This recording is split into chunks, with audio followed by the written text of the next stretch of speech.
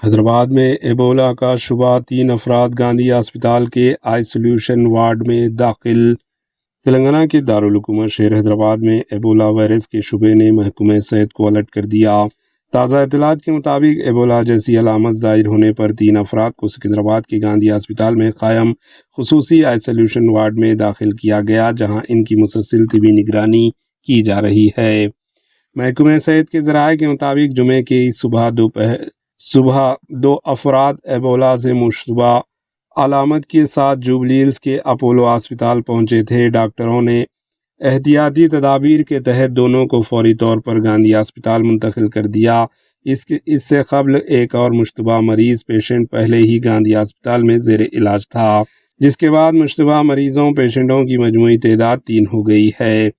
ابتدائی تحقیقات میں یہ بات سامنے آئی ہے کہ تینوں افراد ایک ہی بین الاقوامی پرواز پلین کے ذریعے حیدرآباد پہنچے تھے۔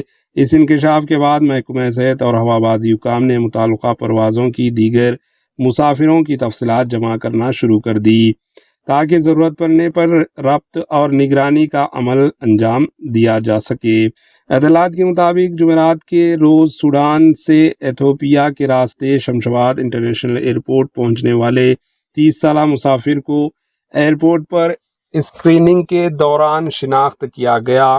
تھرمل اسکریننگ میں اسے 100 ڈگری فارنہائٹ بخار پایا گیا۔ مزید جانچ میں معلوم ہوا کہ وہ حالیہ دنوں میں ایبولا سے متاثر علاقوں خصوصاً یوگانڈا اور جنوبی سوڈان کا سفر کر چکا تھا۔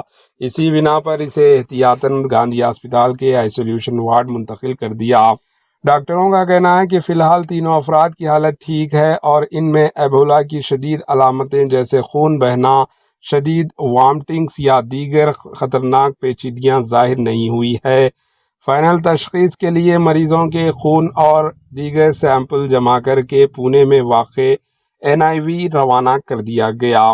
تلنگانہ محکمہ صحت نے عوام سے اپیل کی کہ وہ افواہوں پر توجہ نہ دیں اور گھبرانے کی ضرورت نہیں ہے۔ حکام کے مطابق تمام ضروری احتیاط اقدامات اختیار کیا جا رہا ہے اور پونے سے آنے والی لیبارٹری رپورٹ کے بعد ہی ایبولا وائرس کی موجودگی یا عدم موجودگی کے بارے میں فائنل طور پر کچھ کہا جا سکے گا۔